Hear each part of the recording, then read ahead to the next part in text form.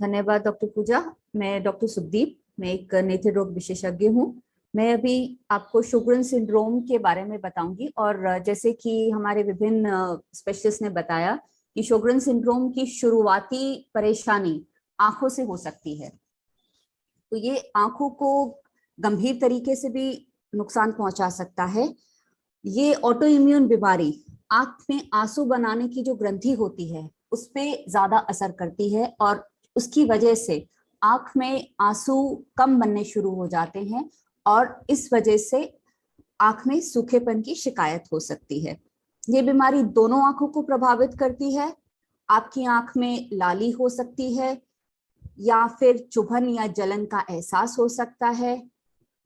आपकी दृष्टि धुंधली पड़ सकती है या फिर आपको आंख में थकान लगनी शुरू हो सकती है थोड़ा काम करने के बाद, या फिर लाइट की वजह से आंख की जो संवेदनशीलता है वो ज्यादा हो जाती है।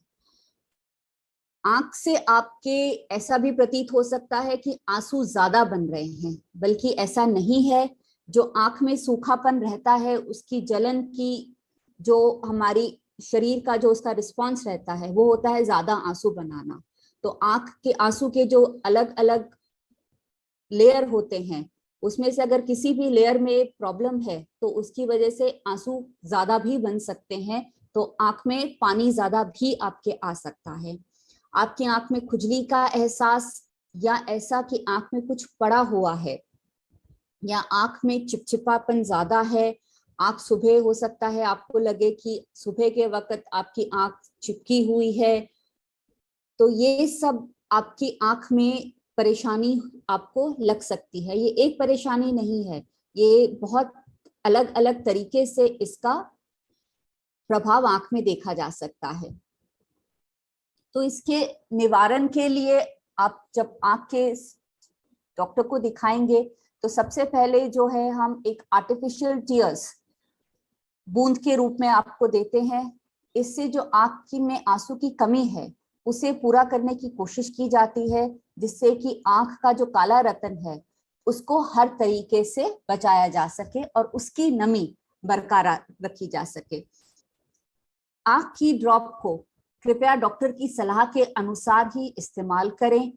आप आंख में सूखापन होने का या बढ़ने का इंतजार ना करें, उससे पहले ही उसका उपयोग कर लें। अगर आपको 6 बार या 8 बार बोला गया है तो आप उसको उतने ही बार इस्तेमाल करें।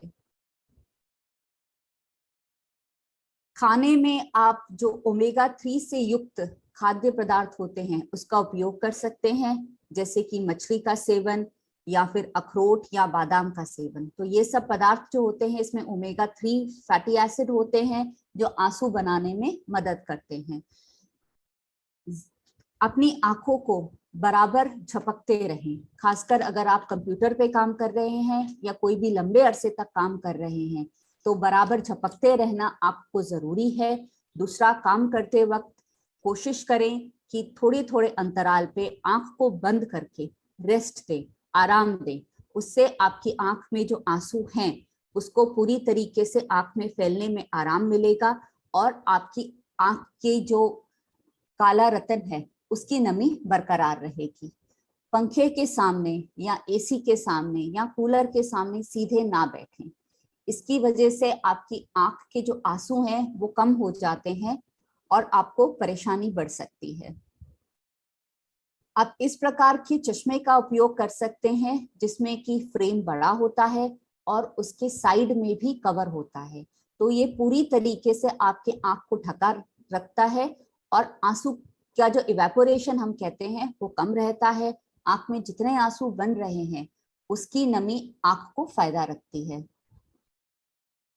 अगर आपकी आंख में सूखापन ज्यादा है और दवाई से या बूंद की दवाई से, ड्रॉप से आपको फायदा हो रहा है लेकिन फिर भी तकलीफ बनी हुई है तो डॉक्टर की सलाह से आप पंक्टल प्लग्स इस्तेमाल कर सकते हैं। इनके उपयोग से जो आंसू हमारी आंख से नाक की तरफ बाहर निकलते हैं उनको बंद कर दिया जाता है और जितने आंख में आपके आंसू बन रहे हैं वो आपकी आंख में ही रहते हैं। तो इस बीमारी का पूर्ण तरीके से निवारण तो नहीं है, लेकिन आप समय पर अगर आप इसके लक्षण पहचान लेते हैं, आपके आंख के डॉक्टर या आपके डेंटल डॉक्टर या आपको आपके गठिया रोग विशेषज्ञ से मिलने के लिए कहते हैं, कृपया करके अपने गठिया रोग विशेषज्ञ से जरूर मिलें। इस बीमारी का समय पर उपचार अगर शुरू होता है तो आपका जीवन और आपकी आंखें स्वस्थ रहती हैं। धन्यवाद।